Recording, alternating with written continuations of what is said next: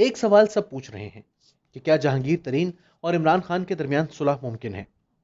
میری رائے میں صلح کا تو کوئی امکان نہیں، تاہم عمران خان کی کوشش ہونی چاہیے کہ لڑائی بڑھنے کی بجائے کسی نہ کسی طرح سیز فائر ہو جائے۔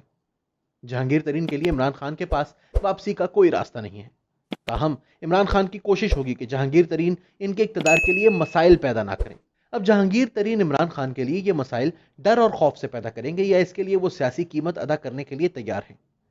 جہانگیر ترین کو خاموش کروانے میں ہی عمران خان کی جیت ہے، لیکن یہ جیت جہانگیر ترین کی سیاست کے لیے زہر قاتل ہوگی۔ جہانگیر ترین کو چودھری نثار کی مثال سامنے رکھنا ہوگی۔ ان کے پاس بھی نواز شریف کو سیاسی نقصان پہنچانے کے کافی مواقع تھے۔ جب نون لیگ کے ارکان چودھری نثار علی خان کے ساتھ چلنے کے لیے تیار ہوتے تھے، تب وہ کسی نہ کسی مفاہمتی وفد سے ملاقات کر کے کھیل ختم کر دیتے تھے۔ آج وہ سیاسی طور پر تنہا نظر آتے ہیں۔ چودھری نثار علی خان پاکستان کی حالیہ سیاست میں ایک بہترین مثال ہیں کہ اگر لڑائی کے درمیان صلح بھی جاری رکھی جائے تو ناقابل تلافی نقصان ہوتا ہے۔ اگر سیاسی فیصلے بر وقت نہیں کیے جائیں تو کھیل ہاتھ سے نکل جاتا ہے۔ سیاست میں مفاہمت اور لڑائی ساتھ ساتھ نہیں چل سکتے۔ حامیوں اور دوستوں کو کنفیوز نہیں کرنا چاہیے۔ اگر دوست کنفیوز ہو جائیں تو وہ آپ کا ساتھ چھوڑ جاتے ہیں۔ چودھری نثار علی خان نے بر وقت فیصلہ نہ کر کے اپنا بہت نقصان کیا ہے۔ اگر انہوں نے نون لیگ میں گروپ بنانا تھا تو اس میں بھی تاخیر کی، اور اگر کسی دوسری جماعت کے ساتھ جانا تھا تو اس میں بھی غیر ضروری تاخیر کی۔ اس لیے جہانگیر ترین نے اگر بر وقت فیصلے نہ کیے تو جو دوست ان کے ساتھ آج کھڑے نظر آ رہے ہیں وہ آہستہ آہستہ ساتھ چھوڑ جائیں گے۔ اگر جہانگیر ترین نے جلد اپنی سیاسی حکمت عملی کا اعلان نہیں کیا تو ان کے ساتھ کھڑے ہونے والے خود کو غیر محفوظ سمجھیں گے۔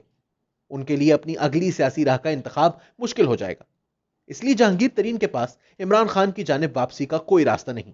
اگر وہ اس مرحلے پر عمران خان کے ساتھ صلح کر لیتے ہیں تو ان کے دوست کہاں جائیں گے؟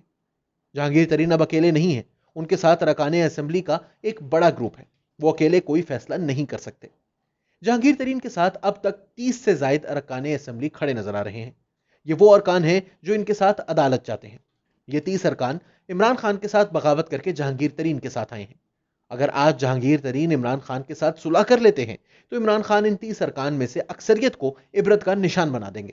ان کو آگے ٹکٹ نہیں دیں گے، ان کو حکومت کی طرف سے نشانے پر رکھ لیا جائے گا۔ اس لیے یہ ارکان اسمبلی کشتیاں جلا کر جہانگیر ترین کے ساتھ آئے ہیں۔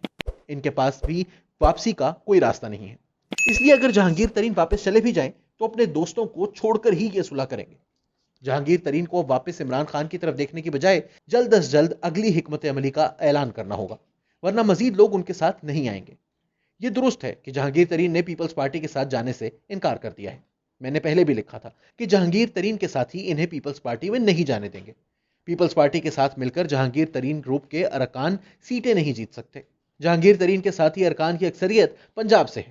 پنجاب میں پیپلز پارٹی کا کوئی مستقبل نہیں ہے۔ اس لیے جہانگیر ترین کے ساتھی کسی مردہ گھوڑے کے ساتھ نہیں جائیں گے۔ اگر وہ جائیں گے تو نون لیگ کے ساتھ جائیں گے۔ پیپلز پارٹی کے ساتھ جانے کا تو کوئی سوال ہی نہیں پیدا ہوتا۔ جہانگیر ترین کو جلد از جلد گروپ کو کوئی شناخت دینا ہوگی، اس کے سیاسی اہداف کو سامنے لانا ہوگا۔ انہیں پنجاب اور مرکز میں عمران خان کو کھل کر چیلنج کرنا ہوگا۔ پنجاب میں ان کے ساتھ ارکان پنجاب اسمبلی کی کافی تعداد ہے۔ وہ پنجاب میں تبدیلی کا نعرہ بھی لگا سکتے ہیں۔ انہیں اپنے گروپ کی طرف سے اعلان کرنا ہوگا کہ وہ پنجاب میں تبدیلی کے لیے تیار ہیں۔ پنجاب میں تبدیلی تحریک انصاف کی ضرورت ہے۔ تحریک انصاف کی بہتری میں پنجاب میں تبدیلی لائی جائے گی۔ وہ اپنے گروپ کے لیے وزارت اعلیٰ بھی مانگ سکتے ہیں۔ میں سمجھتا ہوں کہ نون لیگ شاید پیپلز پارٹی کے ساتھ مل کر تو پنجاب میں تبدیلی کے لیے تیار نہیں، لیکن جہانگیر ترین کے ساتھ مل کر وہ پنجاب میں تبدیلی کے لیے تیار ہو جائیں گے۔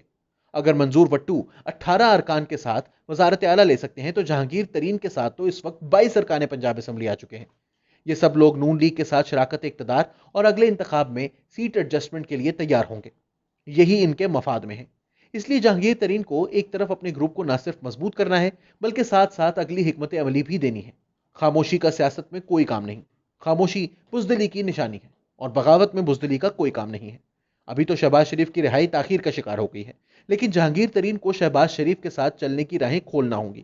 جہانگیر ترین اور شہباز شریف مل کر اگلا نقشہ بنا سکتے ہیں جو مقتدر حلقوں کو بھی قابل قبول ہوگا۔